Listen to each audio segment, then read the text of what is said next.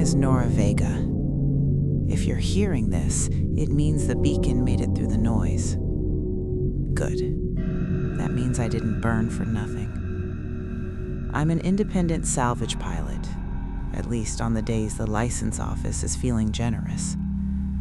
I was 3 days out from the shipping lanes when I caught the distress code. Classified cruiser, combat research, double hazard pay if I tagged it first. Out on the frontier, that kind of money doesn't sound like greed. It sounds like freedom. One big score, and you stop answering to anyone but yourself. The ship's name was Hecate.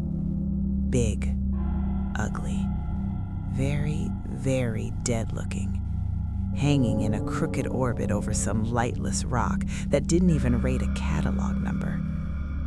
No response to hail. No running lights, cold as a tomb. My AI, Sparrow, ran through every risk flag she had. Quarantine, classified, no traffic within 1 million clicks.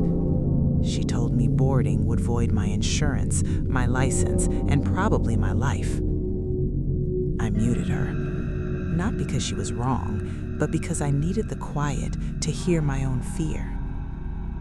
There's a particular kind of greed you grow out here, not just for money, but for the one job big enough to buy you out of small, hungry years.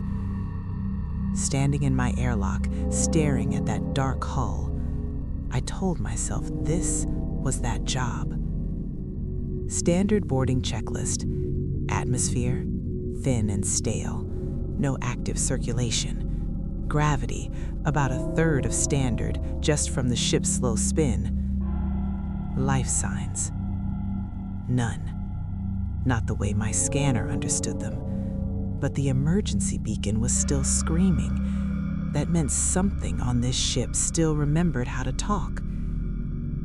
Inside, it was like someone had hit pause in the middle of their day, and everybody just walked through the walls.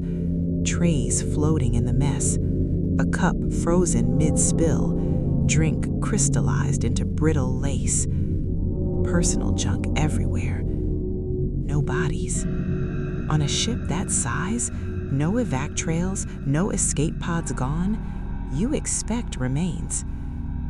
Instead, it felt like the people had been erased and the space around them forgot to collapse. Every instinct told me to jack into the local network, pull the logs, get answers fast. Every old scar from earlier jobs told me not to plug anything smart into anything I hadn't pried open with a crowbar first. So I stayed on analog. Hard lines, paper, anything dumb enough not to think for itself. The bridge looked like a skull with the face knocked off, cracked viewport, dead displays. I found the captain's chair. No captain.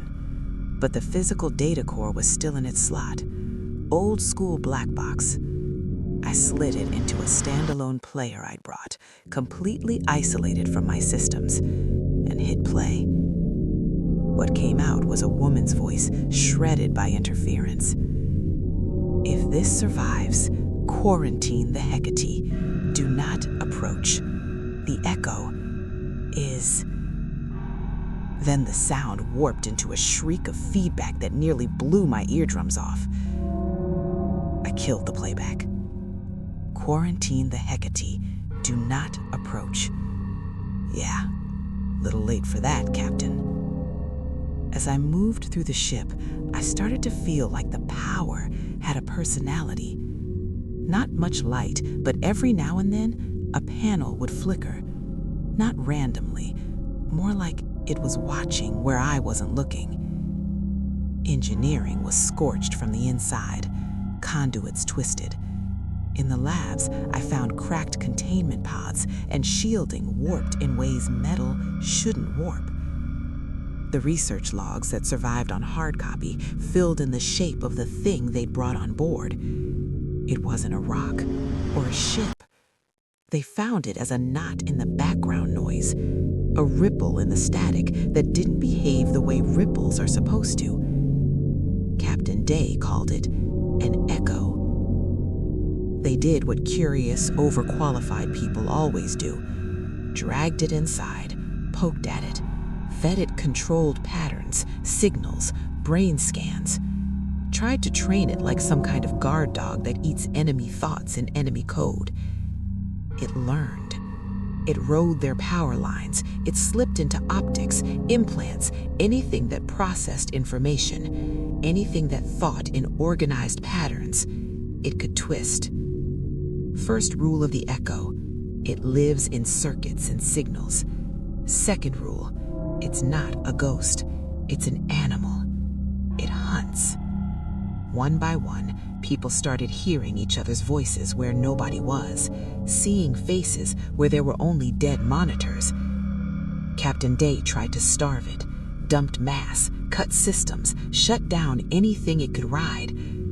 But the echo was already in the wiring, inside the walls, inside them. By the time I got there, the log said she'd realized there was only one smart move left: blow the core.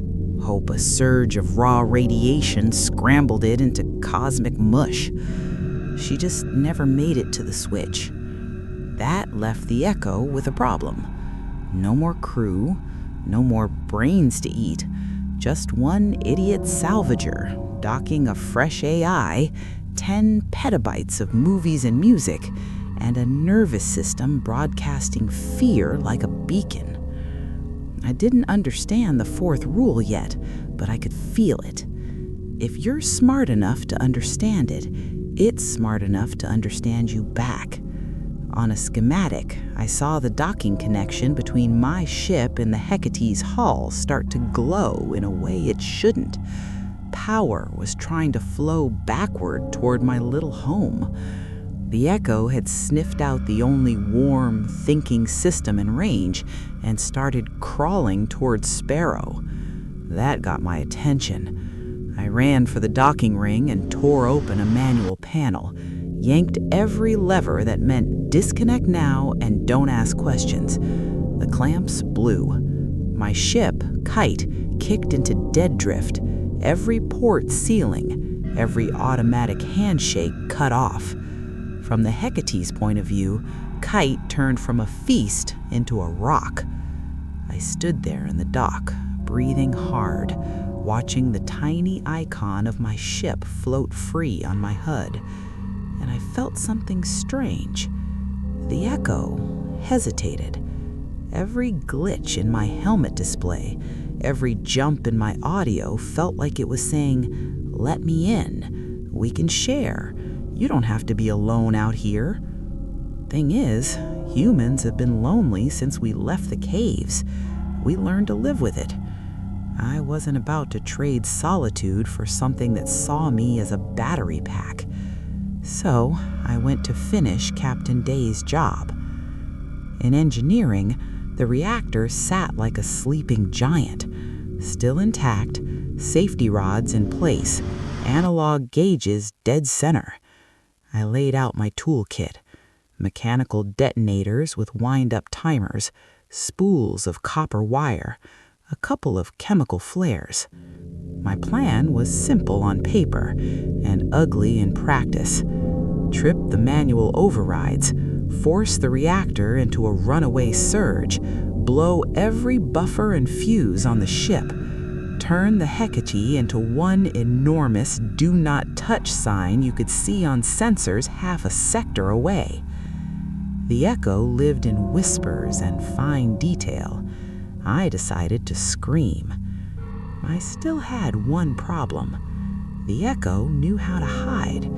To really hurt it, I needed it concentrated in one place, right where the blast would be hottest. So I gave it exactly what it wanted.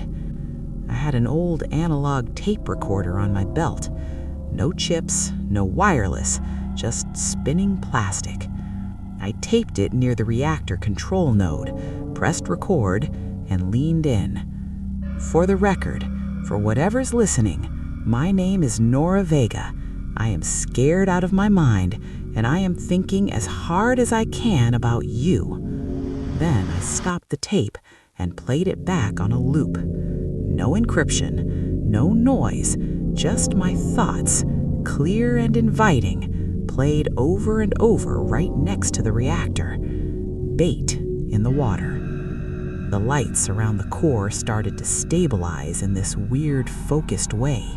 Static on my audio sharpened, then softened, all of it flowing toward that one spot. Fifth rule of the echo. It's curious. Give it a new maze, and it'll race straight to the center.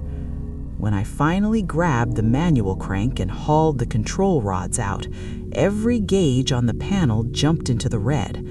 Old mechanical alarms started clanging. Real bells, no electronics. I set the detonator timers. 30 minutes. Then I saw my suit oxygen. 58 minutes of air. 30 minutes to boom. Time enough to jog back to Kite, power her up, undock, and maybe outrun a blast wave that wanted to cook me like a cricket. Maybe. Or, if the echo sensed the surge early and spread itself thin, it might dampen the effect. Slip through the cracks, slip into the dark, find someone else.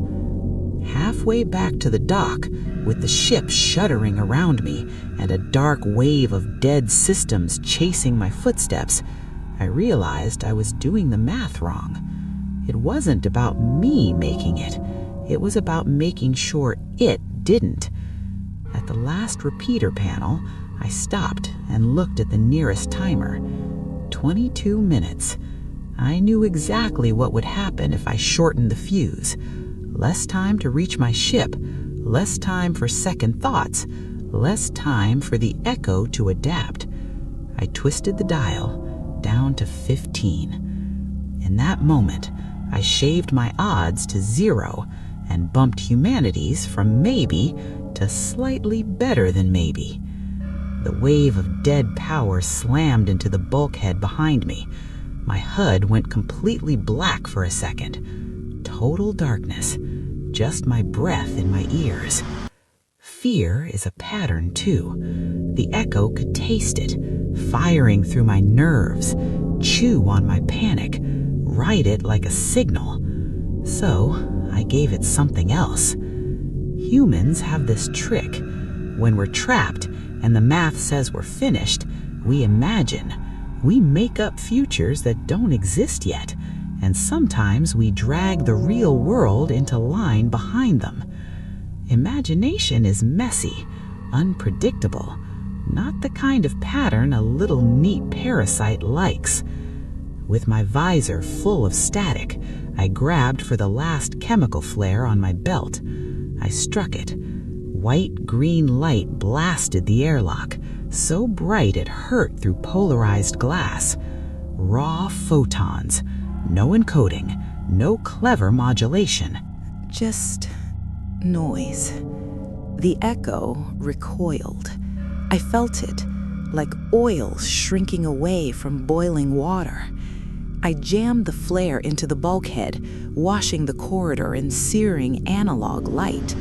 Then I hit the hand crank to open the outer hatch, not toward the safe docking tunnel, just straight into vacuum. The door ground open, screaming metal. The ship's thin atmosphere tore itself out into the stars, dragging the flare's light with it, flooding the passage behind me. For a heartbeat, I saw it. Not clearly. My brain isn't built for that. A twisting lattice of darkness where there should have been empty air, writhing away from the glare. I'd like to think it screamed. That might just be ego. Then I pushed off and jumped. Untethered, spinning in a gravity well with a live reactor behind you. Every pilot textbook says never do it. Every salvager textbook, if there was one, would say sometimes you don't get to choose. My training said, aim, breathe, fire thrusters in short, controlled bursts. My instinct said, flail and pray. I compromised. I smashed into Kite's hull hard enough to bruise, found a handhold by feel, dragged myself to a manual service hatch. No smart locks, just a crank. I bled my way into the cockpit, ripped off my helmet, and took the best breath of stale air I've ever tasted. Kite, bless her outdated heart, didn't even notice the Hecate had gone insane. No digital bridge, no auto sync. To the Hecate, she may as well have been a lump of rock with engines. I hit the big red start switch, felt the old chemical relays click. The drives came alive, slow but steady. From a safe distance, the Hecate was almost beautiful. All that death, all that fear, compressed into one act of defiance. The reactor went past critical and kept going because I'd broken everything meant to stop it. She didn't just blow, she bloomed. A perfect sphere of white-blue fire, loud across every band of the spectrum. A lighthouse made of pure warning. Every sensor in a dozen systems just logged that as a once-in-a-century anomaly. Some bored analyst will flag it, someone else will dig deeper, and when you see Hecate anomaly on a star chart, maybe you'll remember this story and steer clear. Or maybe the Echo found some new way to be clever, and it's dust riding a radio wave somewhere.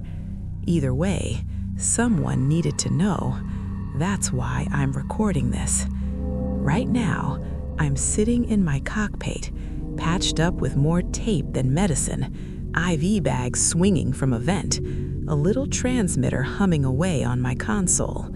Supplies aren't ideal, radiation numbers aren't pretty, but this channel will keep broadcasting on a tight loop until the capacitors die.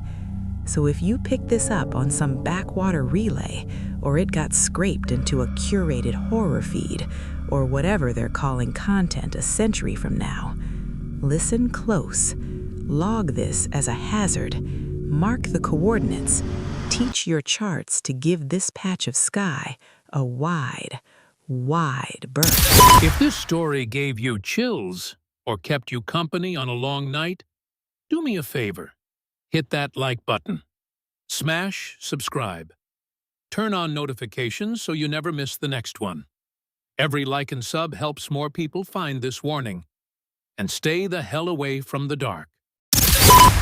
We survive by telling each other where not to step. Don't come looking for me. You've got your own dark to navigate. If you're still listening, stay sharp, stay kind, stay curious. Just not Echo curious. This is Nora Vega, signing off.